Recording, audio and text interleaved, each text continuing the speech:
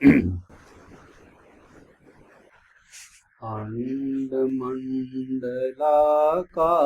है, अंडमंडलाकारं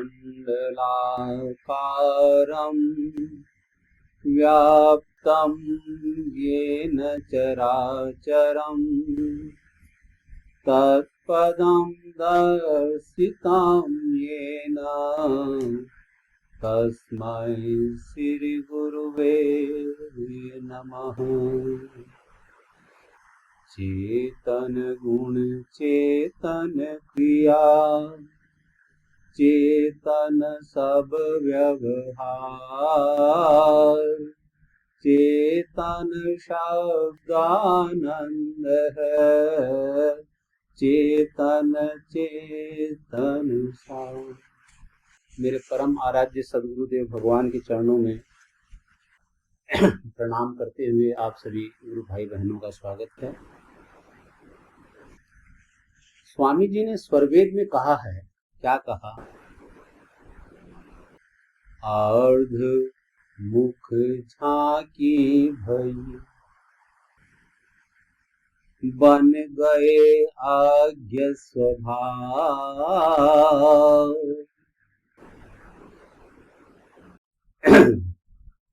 अर्ध मुख झांकी भई बन गए आज्ञ स्वभाव। भजन निरंतर जानिए ऊर्ध मुख सहज स्वभाव। अर्ध मुख झांकी भई। आज हम चर्चा इस अर्ध पर ही करेंगे कि ऊर्ध की बात तो हम तब करें जब हमें ऊर्ध का ज्ञान हो। हमें तो ऊर्ध का तो कोई ज्ञान ही नहीं, तो पहले हमें ज्ञान कर लेना है कि ये अर्ध क्या है। अर्ध की धारा ऊर्ध को सदा रहे परवार। 3-25 अरु 5 को पकड़ी लगाओ। यहाँ भी अर्ध की धारा ऊर्ध को, यहाँ भी अर्ध की बात है। और जहां जब योग की बात आती है तो स्वामी जी क्या कहते हैं? बहुत प्रसिद्ध चौपाई है, योग योग सब कोई कहे योग न जाना कोई। अर्ध धार ऊर्ध चले योग कहावे शो। आज हम विचार करेंगे ये अर्ध है क्या, जिसके बाद स्वामी जी कहते हैं। तो देखिए, कोई भी अध्यात्म जो है वो जन साधारण को समझाने के लिए प्रकृति का ही आधार लेता है, और प्रकृति के आधार से ही उस अध्यात्म को समझाने की प्रयास होता है। तो अर्ध कहते हैं नीचे को, नीचे की स्थिति को अर्ध कहते हैं। अर्ध की धारा, धारा किसको कहते हैं? प्रवाह को, जो चलती है। एक नदी है, नदी की एक धारा है, और जब नदी को या कोई भी जल को अगर नीचे का रास्ता मिल जाता है तो वह अर्ध प्रवाह हो जाता है, वह नीचे की तरफ जाने लगती है। वह पानी, कोई भी पानी है, वह ऊपर जा ही नहीं सकता अगर उसको नीचे का रास्ता खुला है। तो उस नीचे की स्थिति को अर्ध कहते हैं। और धारा, अर्ध की धारा जो वो है, वह जो रास्ता है, वह प्रवाह है, उसको धारा कहते हैं। और अध्यात्म के अंदर में अर्ध किसको कहा? यह तो बात हो गई नदी के संबंध में, यह बात हो गई जल के संबंध के अंदर में, कि एक जल को अगर नीचे का रास्ता मिल जाता है तो वह नीचे ही जाएगा, वह ऊपर नहीं जा सकता। अगर उसे ऊपर ले जाना है तो सबसे पहले हमें उसके नीचे के रास्ते को बंद करना होगा, नहीं तो वह स्वतः ही चला जाएगा। उसके लिए प्रयास करने की जरूरत नहीं है। पानी को नीचे ले जाने के लिए उसका नीचे का रास्ता खोल दीजिए, वह पानी स्वतः नीचे चला जाएगा, ऊपर नहीं जाएगा। तो वैसे ही स्वामी जी ने जब कहा है तो ये नदी के संबंध में नहीं कहा। अर्ध की धारा ऊर्ध को सदा रखे परवाह। तो यह अर्ध की जो बात है, यह स्वामी जी कहाँ क्या कहते हैं, यह अर्ध क्या है, उस जीवात्मा के लिए अर्ध क्या है, ये सारा का सारा जो प्रकृति है, ये सारी जो प्रकृति है आज हम जो देख रहे हैं, वह सारी की सारी प्रकृति जो है आत्मा के लिए अर्ध है। और धारा क्या है, हमारी जो चेतना की जो सुरति है वह धारा है। तो प्रकृति तो अर्ध हो गई और धार जो हो गई वह हमारी सुरति है। तो फिर जो नीचे वाला खड्डा कौन सा है, जैसे पानी को अगर नीचे का खड्डा मिले तो ना नीचे जाएगा, तो प्रकृति के भीतर अंदर जाने के लिए, नीचे उतरने के लिए जो खड्डा है, उस खड्डे का नाम स्वामी जी ने मन कहा। यह जो मन है यह खड्डा है, और जब तक हमारी चेतना प्रकृति के अंदर में मन रूपी खड्डे से जाती रहेगी, तब तक ऊर्ध्व प्रवाह की बात तो होती रहेगी, ऊर्ध्व प्रवाह नहीं होगा। क्यों नहीं होगा? तो स्वामी जी स्पष्ट कर दिए। स्पष्ट इसलिए कर दिए कि अर्ध की धारा ऊर्ध्व जो सदा रहे प्रवाह, वह सदा प्रवाह कब रहेगी, जब 3, 25 और 5 को पकड़ी लगा हुआ, जब तुम 3 जो प्रकृति है जिससे सारे संसार की रचना हुई, रजोगुण, तमोगुण, सतोगुण, उस 3 को 3, 25 कौन से, 5 कर्मेंद्रियां, 5 ज्ञानेंद्रियां, 10 प्राण और 4 अंतःकरण और 1 मूल प्रकृति, यह 25। इसके बिना आप प्रकृति के अंदर ही रहेंगे जब तक यह 25 है। तो वह इसको पकड़कर जब तक बंद नहीं करता, उस मन रूपी खड्डे को बंद नहीं करता, तब तक तो हमारी चेतना प्रकृति में ही रहेगी, ऊपर प्रभावित नहीं होगी। और ऊपर प्रभावित होने के लिए क्या कह दिया स्वामी जी ने कि मन को ही रोक लो। मन को रोके बिना यह खड्डा रहेगा। और फिर हमारी हालत क्या होती है, हमारी हालत यह होती है, रहते तो हम प्रकृति में हैं और बातें परमात्मा की करते। यह हालत हर व्यक्ति की, हर जीवधारी व्यक्ति की यह हालत है। तो स्वामी जी ने क्या कहा, मना मनन जब तक रहे तब तक भक्ति न जान। क्यों? कि मन वाला खड्डा तो ही साध है, तो फिर क्या, तब तक भक्ति न जान, वो भक्ति है ही नहीं, हो ही नहीं सकती। खड्डा बंद होगा तो पानी नीचे बहना रुकेगा और फिर हमारा ऊर्ध्व प्रवाह की तरफ चेष्टा होगी। लेकिन सबसे बड़ी समस्या क्या है? सबसे बड़ी समस्या ये है कि हम अध्यात्म की बात करते हैं, हमारे विहंगम योग में भी ये बात होती है। हमारा मन का स्वभाव है, क्या स्वभाव है, शब्दों में रस रहना।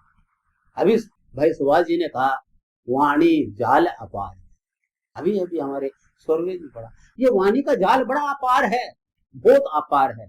तो हम क्या करते हैं, हम शब्दों में रस लेना लगते हैं। हमको चेतना के ऊर्ध्व से मन को रोकने से मतलब नहीं है, 68 शून्य से पार जाने से मतलब नहीं है। हमको उस 68 शून्य से जो शब्द पैदा होते हैं उसी में रस लेने लग जाते हैं। स्वामी जी बोलते हैं, अरे भैया इससे पार जाना है, तुम इसमें क्यों रस लेते हो? हम विद्वता के अंदर में, हम वाणी के जाल के अंदर रस लेना शुरू कर देते हैं। और ये चीज सबों के साथ होती है और हमारे विहंगम योग में भी होती है। आपको मैं छोटी सी बात कहूं कि कई साल पहले जब स्वामी जी प्रचार करते थे, तो उस समय के अंदर मंच पर बहुत से विद्वान का प्रवचन होता है, और उसमें क्या गड़बड़ हो जाती थी कि विद्वता के आधार पर हमारी बुद्धि जो है, हमारी बुद्धि को विविधता चाहिए। हमारी बुद्धि जो है उसके अंदर, मन के अंदर में एक ही बात को सुनकर आप बोर हो जाएंगे। तो उसको एक नई चीज के आयाम, नई बातें, नई विद्वता की बातें, नए दोहे, नई बातें चाहिए। और वहां जो विद्वान थे वो अच्छी विद्वता के हिसाब से उनका प्रवचन भी बहुत अच्छा सुंदर होता था। आधार तो विहंगम योग ही था, उन्हीं का ज्ञान था। लेकिन क्या घटना होती थी कि उस विद्वता के अंदर में जो भी और श्रोता थे वह वाणी जाल अपार है, वहां फंस जाते थे। उनको लगता ये और इनका भाषण तो स्वामी जी से भी ज्यादा अच्छा, ये जो बोली है यहाँ ये बात तो कहीं सुनी नहीं। अब मन रस लेने लगा, अब मन रस लेने लगा, अब यहाँ तुलना हुई और गड़बड़ क्या हो जाती, उनका जो श्रोताओं का तो मुश्किल होती थी और जो वक्ता है उनके भीतर भी अपना एक मान आ जाता था, अहम आ जाता था, तो दोनों को नुकसान। आज हमारे विहंगम योग में कहते हैं कि आप अनुभव मत कहो, क्यों? अनुभव कहने वाले में तो अभिमान आ जाएगा और सुनने वाला भ्रमित हो जाएगा, अरे मेरे को तो ऐसा नहीं होता, उसको ऐसे हुआ था। तो इसलिए हमको इस वाणी जाल अपार में फंसना नहीं है। जो पुराने साधक हैं उनको विविधता नहीं ढूंढनी है, वह विविधता तो आपके अनुभव में नित्य नहीं रहेगी। दूसरे की वाणी के अंदर में विविधता को नहीं ढूंढना है, दूसरे के एक्सपीरियंस में, दूसरे के अनुभव के अंदर में रुचि नहीं लेनी है। सद्गुरु के स्वरवेद की वाणी ही आत्मा पर चोट करती है। वह चोट ऐसी करती है कि आपका रस जो संसार में है वह स्वतः कम होने लगेगा। उस खड्डे को बंद करने की जरूरत है और हम उस खड्डे को बड़ा कर देते हैं इसमें रस लेके। तो इसलिए आपसे नम्र निवेदन यही है कि उस जाल में नहीं जाना अपने। हम जब कहते हैं सदगुरु के प्रचार की, तो हमको शुद्ध ज्ञान की प्रचार नए आगंतुक से करनी है, बात करनी है, ताकि वह उसमें रुचि लेने लगे, उसको समझ में आने लगे कि भूल कहां पर है, गलती कहां पर होती है। अब देखिए स्वामी जी ने स्वरवेद में कहा कि हमारी आत्मा का जो निवास स्थान है हृदय में है, लेकिन हृदय में भी कहां, हृदय तो बहुत बड़ा है, हृदय में भी कहां है। तो हृदय के अंदर में, जैसे अभी सुभाष भाई बोल रहे थे कुंभ का, अब कुंभ के अंदर में हम जानते हैं कि वहां पे 3 नदियों का संगम है, लेकिन एक जो नदी है जो महत्वपूर्ण, सबसे ज्यादा महत्वपूर्ण है, वो छुपी हुई है। गंगा यमुना दिख रही है, सरस्वती नहीं दिखती, वह छुपी हुई है और वही मुख्य है। आपने सरस्वती में स्नान कब कहा किया? आपने गंगा और यमुना में तो स्नान कर लिया, लेकिन सरस्वती में स्नान नहीं हुआ। तो वह जो सरस्वती जो छिपी हुई है, उस सरस्वती के भीतर में आत्मा विराजमान है। हमारे हृदय में एक सुषुम्न नाड़ी है, उस सुषुम्न नाड़ी के भीतर आत्मा का निवास है। इसलिए हमें आत्मा का पता नहीं चलता। स्वामी जी कितनी प्यारी बात बोलते हैं स्वरवेद में, पिंगला पिंगला सुषुम्न शोधो, पिंगला पिंगला सुषुम्न शोधो, मनवा आपन रोक के, दसम दुअरिया लगी की वड़िया, खोलो शब्द में जोड़ के। कब रोक खोलो? सुषुम्न को जब कब खोलेंगे? सुषुम्न में तो आत्मा है और सुषुम्न बंद है।